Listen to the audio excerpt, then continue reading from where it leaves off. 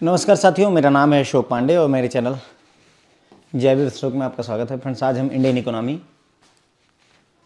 Module A chapter number 4 का part 1 करेंगे। तो ये चैप्टर फ्रेंड्स आपका role of priority sector and MSME Indian economy.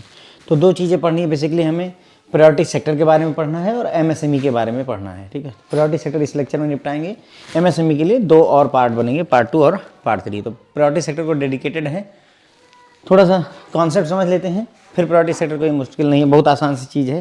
देखिए क्या है कि जब देश आज़ाद हुआ और लोन देने की बात आई तो मतलब इनिशियल डेज में बहुत से लोगों को लोन नहीं मिल पाया, बहुत से क्षेत्रों को लोन नहीं मिल पाया। फॉर एग्जांपल अडानी को, अंबानी को लोन मिल जाता है, एक आम आदमी लोन नहीं पाता है। ठीक, तो क्यों? अब जो भी वजह हो, अप्रोच है, ज़्यादा कमाई होगी, जो भी कारण है जिनकी वजह से, तो जो लोग रह जाते हैं, वंचित लोग हैं, उनको लोन कैसे प्रोवाइड किया जाए, उसी के लिए टेक्निक ईजाद की गई है एक तरीके से प्रायोरिटी सेक्टर। यानी कि कुछ सेक्टर ऐसे माने गए सरकार के द्वारा जिन्हें प्रायोरिटाइज किया गया कि भाई आपको, जैसे ओमेन को जरूर लोन देना है, SC ST कम्युनिटी को जरूर लोन देना है। ठीक है, क्यों? क्योंकि इनको नॉर्मली नहीं मिल पा रहा था, इसीलिए प्रायोरिटी सेक्टर का कॉन्सेप्ट लाया गया। अब उससे क्या हुआ, चलो कॉन्सेप्ट तो ले आए कि ठीक है SC ST को जरूर देना है लोन, वुमेन एंटरप्रेन्योर को जरूर लोन देना है, लेकिन कैसे इंश्योर करो कि दे ही दिया गया? तो उसके लिए टारगेट सेट कर दिए गए।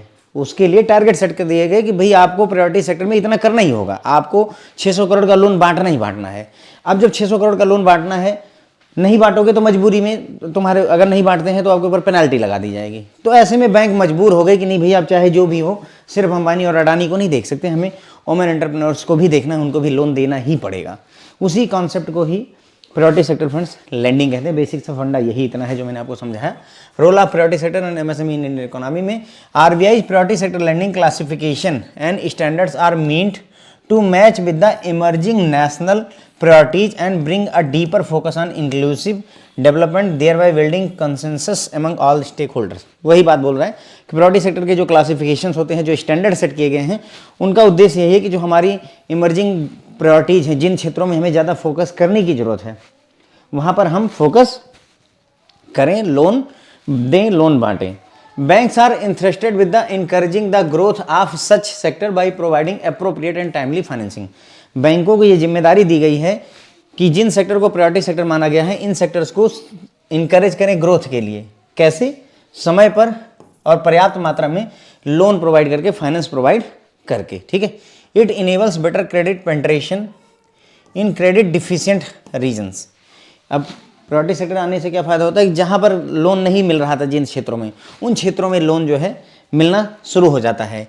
इंक्रीज लेंडिंग टू स्मॉल और मार्जिनल फार्मर्स, स्मॉल, छोटे और मझोले दर्जे के किसानों को जो है लोन दिया जाने लगा। किसमें? प्रायोरिटी सेक्टर में।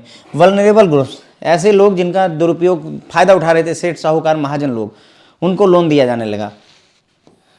Higher credit to renewable energy, अगर रिन्यूएबल एनर्जी के क्षेत्र में ज़्यादा मात्रा में लोन, 30 करोड़ रुपए तक का लोन अवेलेबल करवाया गया प्रायोरिटी सेक्टर के तहत।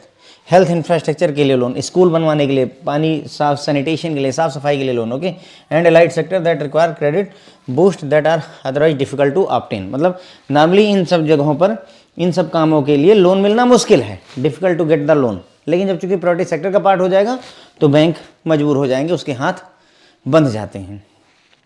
ठीक है, MSME micro, small and medium enterprises are among the countries strongest drivers of economic growth, innovation and employment. देश की इकोनॉमी को आगे बढ़ाने में बहुत बड़ा रोल किसका है? MSMEs का है। MSME sector is in India is quite diverse in terms of enterprise size, product and service diversity and level of technology deployed. जो हमारे MSME सेक्टर है वो काफ़ी डाइवर्स है, मतलब विभिन्नताओं से भरा हुआ है। अलग अलग तरीके के इंटरप्राइजेज हैं, अलग अलग साइज के इंटरप्राइजेज हैं। MSME micro, small and medium enterprises हैं। बहुत तरीके के प्रोडक्ट हम बनाते हैं, बहुत तरीके की सर्विसेज हम डिलीवर करते हैं, और साथ ही साथ में नाना वेराइटीज़ ऑफ टेक्नोलॉजीज हम डिप्लॉय करते हैं, यूज करते हैं। However the sector has the potential to grow faster and is widely view as a driver of economic growth and means of promoting equitable development. इस यानी कि हो तो रहा है सब कुछ MSME में, लेकिन फिर भी इसमें पोटेंशियल है तेज़ी से ग्रो करने का। इस क्षेत्र में MSME में पोटेंशियल है और तेज़ी से ग्रो करने का, और इकोनॉमिक ग्रोथ का ड्राइवर बनने का, इकोनॉमिक ग्रोथ को आगे ले जाने का इसके अंदर में क्षमता है। ठीक है, MSME sectors primary benefit is employment potential at A low cost capital. मतलब एमएसएमई सेक्टर का सबसे खास बेनिफिट अगर हम देखें तो इसमें बहुत ज़्यादा लोगों को जॉब मिलती है, वो भी कम पूंजी में। बस सबसे खास बात इसकी यही है, इसकी खासियत है कि सब बहुत ज़्यादा लोगों को जॉब ऑफर करता है, वो भी कम पूंजी में। ठीक है, तो हमने यहाँ पर बात की, ये जनरल सा स्टेटमेंट जैसा है, कुछ काम का नहीं है यहाँ पर, कि आरबीआई की जो प्रायोरिटी सेक्टर लेंडिंग क्लासिफिकेशन और स्टैंडर्ड है वो किस लिए हैं, देश की जिन क्षेत्रों की ज़रूरत है लोन की उनको पूरा करना, इसी के लिए बनाया गया है। उद्देश्य है कि बैंक जो प्रायोरिटी सेक्टर्स हैं उनका उत्थान करें, कैसे, समय पर और अप्रोप्रिएट अमाउंट में फंडिंग फाइनेंस अवेलेबल करवा करके। ठीक है, इससे क्या होगा, जिन क्षेत्रों में लोन नहीं अवेलेबल हो पा रहा था, जैसे स्मॉल और मार्जिनल फार्मर्स, छोटे और मझोले दर्जे के जो किसान थे उनको लोन नहीं मिल पा रहा था, तो उनको लोन मिलना शुरू हो गया। रिन्यूएबल एनर्जी के लिए लोन मिलना शुरू हो गया, हेल्थ इंफ्रास्ट्रक्चर के लिए, स्कूल्स के लिए, इन सब के लिए लोन मिलना शुरू हो गया। एमएसएमई की बात करें तो एमएसएमई जो है कंट्री के जो मतलब इकोनॉमिक ग्रोथ को, इनोवेशन और एम्प्लॉयमेंट को ड्राइव करने में मेन ड्राइवर के तौर पर पेश आते हैं, मेन एजेंट के तौर पर पेश आते हैं। एमएसएमई सेक्टर हमारा डाइवर्स है, वैरायटी ऑफ इंडस्ट्रीज हैं, वैरायटी ऑफ प्रोडक्ट हम ऑफर करते हैं, सर्विसेज हम ऑफर करते हैं, वैरायटी ऑफ टेक्नोलॉजीज हम यहाँ पर यूज कर रहे होते हैं। ठीक है, इस क्षेत्र में काफ़ी तेज़ी से ग्रो करने का पोटेंशियल है, इसे इकोनॉमिक ग्रोथ इंजन माना जा सकता है हमारे देश के लिए। एमएसएमई सेक्टर का प्राइमरी बेनिफिट क्या है, तो बहुत ही लो कास्ट कैपिटल में, लो पूंजी वाली, लो कास्ट वाली, यानी कि कम इंटरेस्ट पे करना पड़ेगा, बहुत ज़्यादा महंगा नहीं पड़ता है इसमें जो पूंजी लगती है, और उसके बावजूद भी अच्छा खासा एम्प्लॉयमेंट ये जनरेट कर सकता है। ठीक है, अब बात करेंगे definition and role of priority sector की हम बात करेंगे। ठीक है, तो यहाँ पर हम बेसिकली क्या देखेंगे कि प्रायोरिटी सेक्टर आखिर शुरू कैसे हुआ। ठीक है, the current framework of priority sector landing PSL dated back to 1967 when Morarji Desai, the then Deputy Prime Minister and Minister of Finance, Government of India, stated in the Lok Sabha on this date 14 December 1967 that there had been persistent complaints that several priority sectors such as agriculture, small scale industries and exports had not received the fair share of bank credit। बात है 14 दिसंबर 1967 की।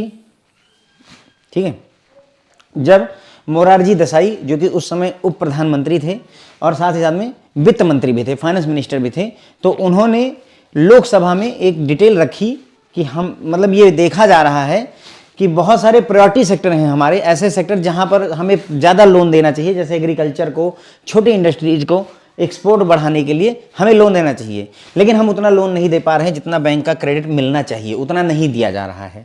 और यहीं से जो है पहली बार ये phrase, this appear to be the first time the phrase priority sector has been used, और ये पहली बार था जब ये term priority sector Morarji Desai द्वारा यूज किया गया। और यहीं से बात आई, उन्होंने ये नहीं कहा कि हमें प्रायोरिटी देनी है, उन्होंने ये कहा कि कुछ सेक्टर ऐसे हैं जिनकी प्रायोरिटी होनी चाहिए थी पर हमने प्रायोरिटी दी नहीं है लोन देते समय। ठीक है, तो ये बात उन्होंने कही। उसके बाद में as a result the concept of priority sector lending was born, और यहीं से जो है प्रायोरिटी सेक्टर लेंडिंग का कॉन्सेप्ट जन्म लेता है। बैंकिंग लॉ अमेंडमेंट बिल लाया जाता है 1967 में, जो कि लोकसभा में पेश किया जाता है। डेट इररिलेवेंट है, फिर भी 1967 की बात है, बस इतना ही रखिए। 1967 का ही मामला चल रहा है। Introduce social control over bank, तो बैंकिंग लॉ अमेंडमेंट बिल 1967 लाया गया और उसमें कहा गया कि अब हम सोशल कंट्रोल करेंगे बैंकों के ऊपर। क्या है सोशल कंट्रोल का कॉन्सेप्ट, देखिए ध्यान दीजिए। बोलते हैं कि PNB में खाता खुलवाने जाओ तो हम मतलब लोग सुनते नहीं हैं, HDFC में जाओ तो पता चलेगा कि 10 मिनट में वो घर पे आके खाता खोल जा रहे हैं। PNB में लोगों के पास टाइम नहीं है, स्टाफ परेशान है, वो नहीं खाता खोल पा रहा है। क्यों? क्योंकि सर HDFC में क्या है, मिनिमम बैलेंस आपको 5,000 10,000 रुपये रखना है। हमारा क्या है, जनधन खुलवा लिए तो जीरो बैलेंस रख लीजिए, नहीं जनधन खुलवा रहे हैं तो भी मैक्सिमम 500 रुपये रखने हैं। पहला डिफरेंस यही आ जाता है। ठीक है, दूसरा, हमें जनता की सेवा करने के लिए बनाया गया है। हम प्रॉफिट ओरिएंटेड इंडस्ट्री नहीं है, प्रॉफिट कमाना चाहते हैं पर वो हमारा अल्टीमेट गोल नहीं है। हमारा अल्टीमेट गोल सोशल सर्विस है। यही है वो सोशल कंट्रोल जिसकी बात इस बैंकिंग लॉ अमेंडमेंट में कहा गया। ठीक है, हमको बताया जाएगा कि आपको प्रायोरिटी सेक्टर को बढ़ावा देना है, आपको ये जो आपके जनधन योजना है, ये है, जितनी सारी स्कीम्स हैं वो हमें इंप्लीमेंट करने के लिए बोला जाएगा। प्राइवेट सेक्टर के बैंकों को थोड़ा बहुत वहाँ से रिलैक्सेशन रहेगा। ठीक है, banks were directed to align their activities with the national objective through social control. तो बैंकों को भाई बताया गया कि आप ऐसा है कि आपको जो भी टारगेट अचीव करनी है, आपको प्रॉफिट लेना है, लो कोई दिक्कत नहीं, तुम्हारा नेशनल ऑब्जेक्टिव से अचीव करो, हमें कोई दिक्कत नहीं, लेकिन सोशल कंट्रोल के थ्रू करो, जनता की भलाई भी होनी चाहिए। ये हमारी अब प्रायोरिटी बन गई यहीं पर। At a national credit council meeting in July 1968 it was stated that commercial banks should boost their investment in financing priority sector such as agriculture and small scale industries। तो नेशनल क्रेडिट काउंसिल की meeting होती है 1968 में। वहाँ पर बोला गया भाई कि बैंक को अब तुम्हें जोर देना होगा, किसको, प्रायोरिटी सेक्टर को लोन देने में, जैसे एग्रीकल्चर को लोन दो, स्मॉल स्केल इंडस्ट्रीज़ को लोन दो, ऐसा आदेश नेशनल क्रेडिट काउंसिल की मीटिंग में किया गया। Priority sector lending comprises only those sectors that have substantial influence on vast proportion of the population, the weaker section। Priority sector lending में कौन से सेक्टर्स आते हैं? तो वो सेक्टर आते हैं जो पॉपुलेशन के बहुत बड़े हिस्से को प्रभावित करते हैं। प्रायोरिटी सेक्टर के कौन कौन से सेक्टर आते हैं प्रायोरिटी सेक्टर में? तो प्रायोरिटी सेक्टर में जो बहुत बड़े मतलब जो है हमारा जो पॉपुलेशन है उसके बहुत बड़े हिस्से को प्रभावित करने वाला पार्ट जो है आपका किस में आता है? प्रायोरिटी सेक्टर में आता है। जैसे एग्रीकल्चर, बहुत ज़्यादा जो है पॉपुलेशन प्रभावित होगी। ठीक है, MSME, export, education, housing, social welfare, renewable, owner weaker section है ना। तो ये सभी के सभी जितने भी सेक्शन हैं ये बहुत बड़ी वास्ट मेजॉरिटी ऑफ पॉपुलेशन को प्रभावित करते हैं। ठीक है, तो इसी को ही वीकर सेक्शन में रखा जाता है। प्रायोरिटी सेक्टर की लिस्ट हमें डिस्कस करनी है, पर उसके पहले एक बार हम ये डिस्कस कर लेते हैं। तो हमने देखा फ्रेंड्स क्या कि अभी जो फ्रेमवर्क है प्रायोरिटी सेक्टर लेंडिंग का वो कब आया था? मोरारजी देसाई ने 1967 में लोकसभा में एक डेटा रखा, उसमें उन्होंने कहा कि हमें लगातार कंप्लेंट आ रही है कि कुछ ऐसे सेक्टर हैं जिनको प्रायोरिटी दी जानी चाहिए, लेकिन दी नहीं गई है लोन बांटते समय। जैसे एग्रीकल्चर को, छोटे और मझोले दर्जे के बिजनेसमैन को इनकी शिकायत आ रही है। इसीलिए पहली बार जब मोरारजी देसाई ने ऐसा कहा तो पहली बार प्रायोरिटी सेक्टर सब फ्रेज जो है फर्स्ट टाइम यहीं अपीयर होता है, और इसका असर ये होता है कि प्रायोरिटी सेक्टर लेंडिंग जो है का कॉन्सेप्ट जन्म लेता है। बैंकिंग अमेंडमेंट बिल 1967 लाया जाता है और उसमें सोशल कंट्रोल इंट्रोड्यूस किया जाता है। क्या? सोशल कंट्रोल में बैंकों को अपना काम करना है, लेकिन सोशल कंट्रोल को ध्यान में रखते हुए। ठीक है, उसके बाद में नेशनल क्रेडिट काउंसिल की मीटिंग होती है 1968 में, अगले साल, और वहाँ पर बैंकों को बताया जाता है भाई कि अब पूरा जोर दो किस पे? प्रायोरिटी सेक्टर को फाइनेंस करने में तुम्हें जोर देना है, खास करके एग्रीकल्चर, स्मॉल स्केल इंडस्ट्री और जितने भी हैं। ठीक है, प्रायोरिटी सेक्टर में कौन से सेक्टर्स आते हैं? तो वो सेक्टर जो बहुत बड़ी मतलब हमारी पॉपुलेशन के बहुत बड़े प्रोपोर्शन को प्रभावित करते हैं, खास करके वीकर सेक्शन को, कमजोर वर्ग को। किसको? कमजोर वर्ग को। यहाँ पर ज़्यादातर लोन जो दिए जाएंगे प्रायोरिटी सेक्टर में वो कमजोर वर्ग को ही दिए जाते हैं। Okay, list of priority sector identified in India. ठीक है, since the introduction of priority sector lending guideline the list of sector has been undergone modification on a few occasions based on macro economic dimension. मतलब बोल रहे हैं कि जो list है वो समय समय पर मॉडिफाई होती रही, जैसी हमें ज़रूरतें पड़ी, जैसी हमारी मैक्रो इकोनॉमिक कंडीशंस रही, उस हिसाब से इस लिस्ट को अपडेट किया गया है। ठीक है, to align it with the emerging national priorities and bringing a sharper focus on inclusive development, RBI revised the priority sector guideline on this date। Date again irrelevant है। ठीक है, ध्यान रखिए कि मतलब नेशनल प्रायोरिटी हमारी जो है, हमारी जो प्रायोरिटीज़ हैं उनको ध्यान में रखते हुए और वित्तीय समावेशन, इंक्लूसिव डेवलपमेंट को लाने के लिए RBI ने PSL की गाइडलाइन को मॉडिफाई किया और उसके तहत बैंक फाइनेंस स्टार्टअप को up to 50 crore priority sector में लाया गया। सोलर पावर प्लांट इंस्टॉल करने के लिए किसानों को लोन दिए गए ताकि वो जो है एग्रीकल्चर पंप लगा सकें।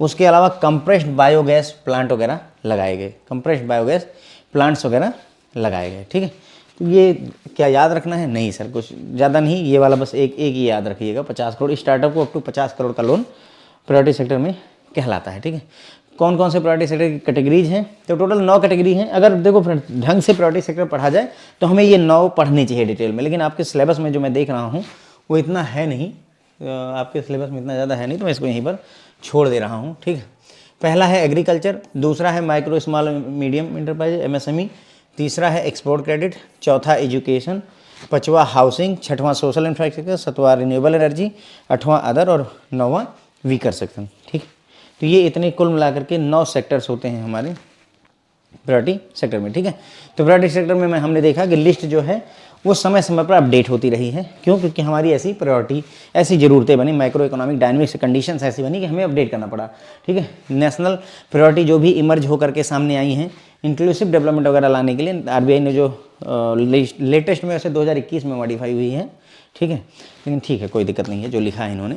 तो जो लेटेस्ट चेंजेज वगैरह आरबीआई ने किए उसमें उन्होंने कहा है कि अगर बैंक जो है स्टार्टअप को अप टू 50 करोड़ का लोन देता है तो वो प्रायोरिटी सेक्टर का पार्ट माना जाएगा। लोन किसानों को कर दिया जाता है ताकि वो सोलर पावर प्लांट स्टार्ट कर सकें, एग्रीकल्चर पंप वगैरह लगा सकें, तो वो भी प्रायोरिटी सेक्टर में माना गया है पार्ट। और उसके अलावा कंप्रेस्ड बायोगैस प्लांट वगैरह लगाना है तो उसको, उसके लिए जो लोन दिया जाएगा वो भी प्रायोरिटी सेक्टर का पार्ट ही माना जाएगा। कुल मिलाकर के प्रायोरिटी सेक्टर के कितनी कैटेगरीज हैं? 9 कैटेगरी में प्रायोरिटी सेक्टर को बांटा गया है। एग्रीकल्चर, एमएसएमई, एक्सपोर्ट यानी एक्सपोर्ट के लिए loan, education, housing, social infrastructure, renewable energy, जो बच जाए अदर में, और 9वां वीकर सेक्शन। ओके, अब आता है प्रायोरिटी सेक्टर लेंडिंग नॉर्म्स। तो प्रायोरिटी सेक्टर लेंडिंग नॉर्म्स में अगर हम बात करें, priority sector lending targets and सब टारगेट्स, जो टारगेट हैं, जो सब टारगेट हैं, वो सभी जुड़े हुए हैं किससे? एएनबीसी से या सीईओबीई से। ठीक है, applicable on corresponding date on preceding year. ठीक है, प्रायोरिटी सेक्टर टारगेट जो होते हैं फ्रेंड, लेंडिंग टारगेट और सब टारगेट जो होते हैं वो किस पर आधारित हैं? एएनबीसी पर और सीईओबीई पर। एएनबीसी होता है एडजस्टेड नेट बैंक क्रेडिट और सीईओबीई होता है credit equivalent of balance sheet exposure. ठीक है, इन पर आधारित होते हैं। कौन सा डेटा लिया जाता है? Corresponding date of preceding year, उसी करस्पॉन्डिंग डेट का प्रीसीडिंग ईयर का लिया जाता है। तो डिटेल में चर्चा करते हैं, जो मैंने आपको समझाया वहाँ हल्का सा बताया है, यहाँ डिटेल में बता देते हैं। देखिए, जो भी टारगेट्स हैं वो लिंक हैं एएनबीसी या CEOBE. ANBC adjusted net bank credit और CEOBE credit equivalent of balance sheet exposure होता है। ध्यान रखिएगा, उसमें भी लिखा रहेगा व्हिच एवर इज हायर। इन दोनों में से एएनबीसी या सीईओबीई में जो भी ज़्यादा होगा वो लिया जाता है। ठीक है, एएनबीसी या सीईओबी में जो भी ज़्यादा होता है उसको लिया जाता है। टारगेट सब टारगेट की बात करेंगे तो पहला हम बात करेंगे टारगेट और सब टारगेट की।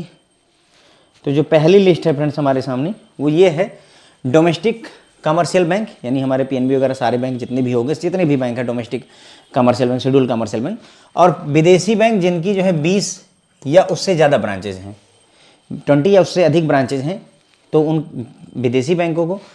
हमारे घरेलू कमर्शियल बैंक, विदेशी बैंक जिनकी 20 से ज़्यादा ब्रांचेज हैं, लेकिन इसमें आरआरबीज को, रीजनल रूरल बैंक को और स्मॉल फाइनेंस बैंक को शामिल नहीं किया गया, उनको छोड़ करके। आरआरबीज के लिए अलग होता है, एसएफबी के लिए अलग होता है, आगे हम इसी लेक्चर में डिस्कस करेंगे।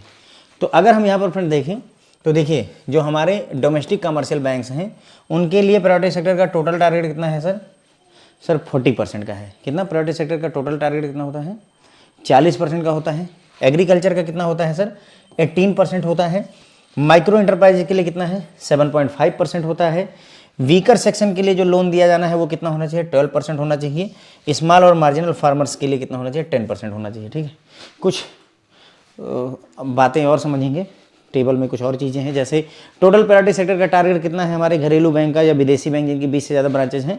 40%, सिंपल। ठीक है, एग्रीकल्चर का कितना टारगेट है? 18%, पर यहाँ एक हैश लगा हुआ है। हैश क्या रिप्रेजेंट करता है? हैश का मतलब ये है, देखिए, out of which total agriculture का टारगेट कितना था? 18%। आउट ऑफ विच 18% में से target of 10% is prescribe for small and marginal farmers, यानी इस 18% में से ही 10% हमें, इस 18% में से 10% हमें किसको देना है? बाकी 8 बच जाएगा। इस 18 में से ही 10% हमको स्मॉल और मार्जिनल फार्मर के लिए भी रखना है। ठीक है, ये बात यहाँ पर लिखी हुई है। फिर आता है हमारा एडवांस टू वीकर सेक्शन, कमजोर वर्ग के लिए 12%। टेबल 1 क्या है?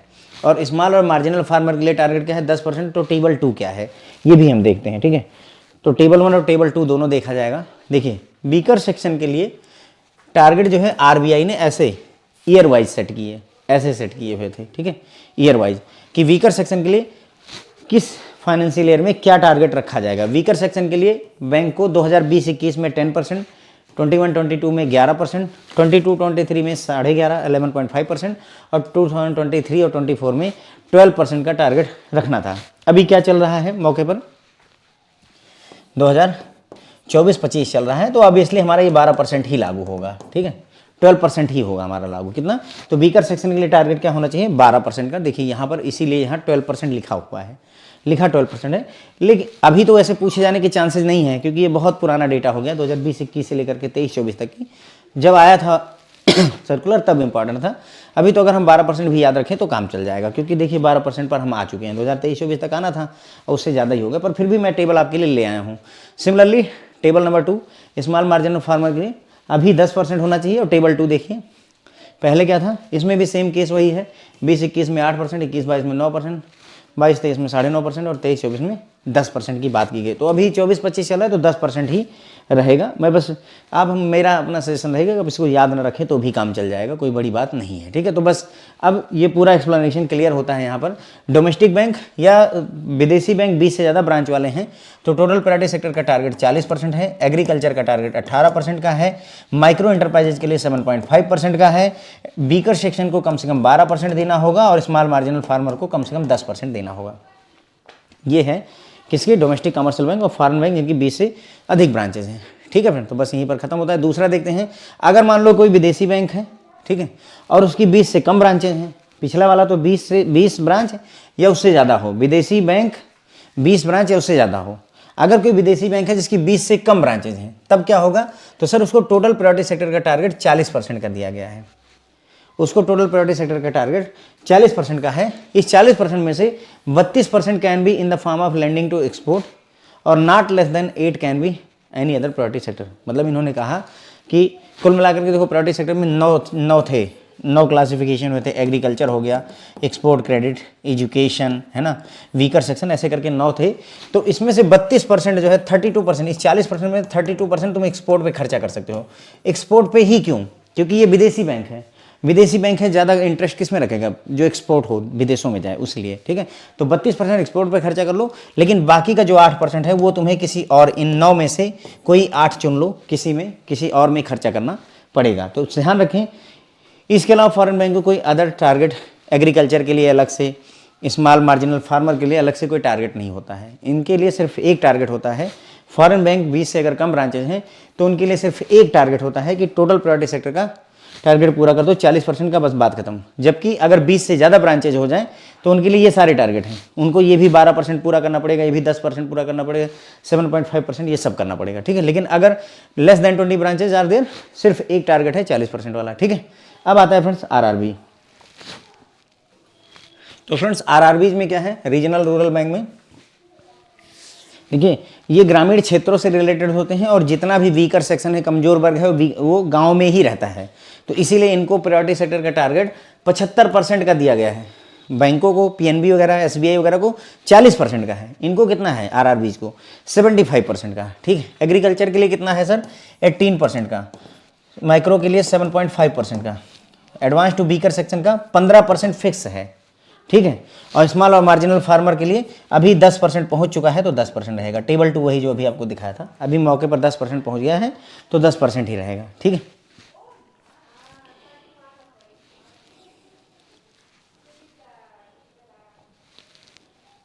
ठीक है,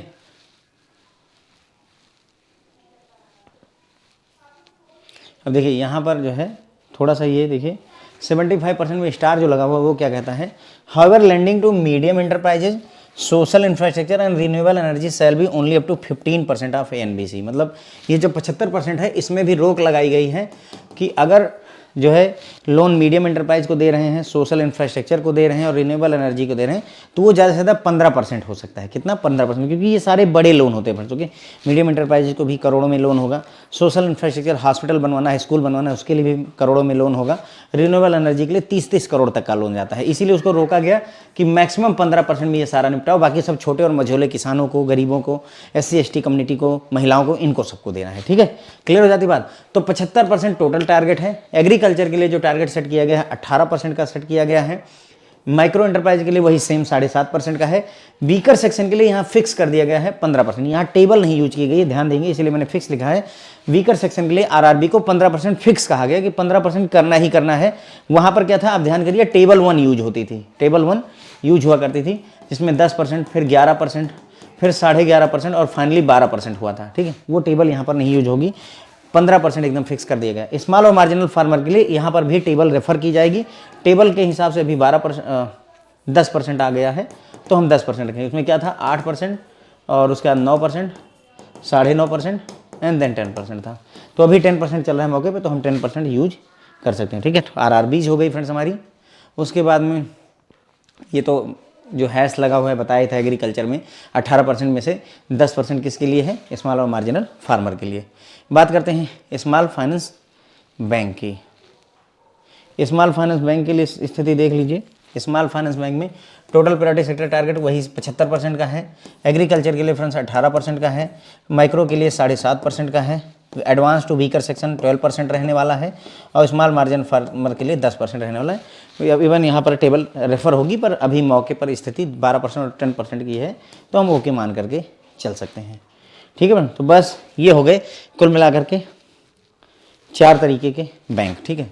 पहला देखिए, अगर रिवाइज करवा रहा हूँ, फॉरेन बैंक है, ठीक है, और 20 से कम ब्रांचेज हैं, लेस देन 20 ब्रांचेज हैं, तो उनको सिर्फ एक ही टारगेट है, टोटल प्रायोरिटी सेक्टर का टारगेट उन्हें 40% का पूरा करना है, बस बात खत्म हो जाती है। सिर्फ एक टारगेट है। अगर कोई विदेशी बैंक है और उसकी 20 से कम ब्रांचेज है, तो उसको सिर्फ एक टारगेट दिया गया है भाई कि तुम प्रायोरिटी सेक्टर का 40% का टारगेट पूरा कर दो, बात खत्म हो जाती है।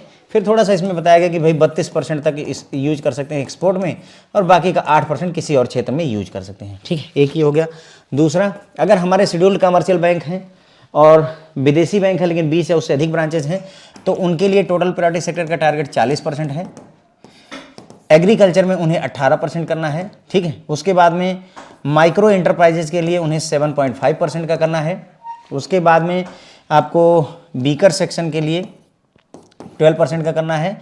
स्मॉल एंड मार्जिनल फार्मर के लिए आपको 10% का करना है, ठीक है ना, 10% करना है। ये किसका है, मैं मान लेता हूँ कि जो डोमेस्टिक बैंक है PNB वगैरह उनके लिए, ठीक है।